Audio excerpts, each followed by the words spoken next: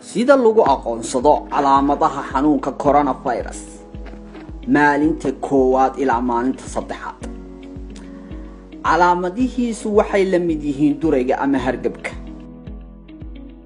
Bukaanku waxa uu wajahayaa xumad.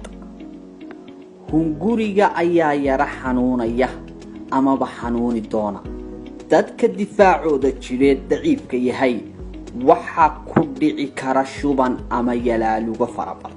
Bukaanku waxay awoodaan inay wax cunaan una cabaan sidii caadiga ahayd maalinta afraad. xanuunka hunguriga ee bukaanka ayaa sii siyaadaya. codka bukaanku wuxuu isu bedelayaa tabcaan. heer kulka jirkuna wuxuu gaadhayaa qiyaastii in ka sarreysa 38 sentigrade. bukaanku waxay wajihi karaan jahawareer markay wax cunayaan ama cabayaan. calaamadaha kale ee xanuunka waxaa ka mid ah madax xanuun dhexdhexaad ah iyo shuban dhexdhexaad ah. maalinta shanaad ee caabuqa xaalku waa uu isu bedeli mid ka sii dara. hunguriga cunaha ayaa aad u karaya. aad ayuu u damqan marka bukaanku isku dayo inuu wax cuno ama cabo. inuu hadlo ayaa dhibaysa. wuxuu dareemi xanuun marka uu dhaqdhaqaaqo ama dhaqaajiyo qaybo ka mid ah jirkiisa. daciif ayuu ka noqonayaa jirka intiisa badan iyo kala baxyada ama kala goosyada jirka.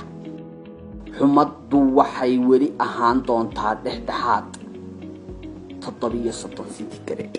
qufac qalalan iyo xanuun cunaha ah ayaa jiraya. xanuunka cunaha marka cunto la cunayo ama la hadlayo waa uu sii kordhi. waxa la dareemi daal iyo yalaaluga ka sii dartay. si soo noqonaysa bukaanku waxa uu ku dhibto neefsashada. xanuunkii kala baxyada iyo curuqaha wuxuu u sii gudbi faraha. shubanka iyo mataguna waa ay kordhayaan. maalinta toddobaad xumadda xaraaradeedu waxay kor u gaadhi haddana 38 sentigrade. qufac haddaafa oo xaaka wata. jirkoo xanuuna, madax xanuun daran, shuban iyo matag ayaa sii kordhi. waxa xoog u sii adkaan doonta neefsashada. laabta ayuu culays ka saarmi doonaa. qufac, madax xanuun iyo curuqaha ayaa xanuunkoodu kor u dhaafayaa 38 sentigrade.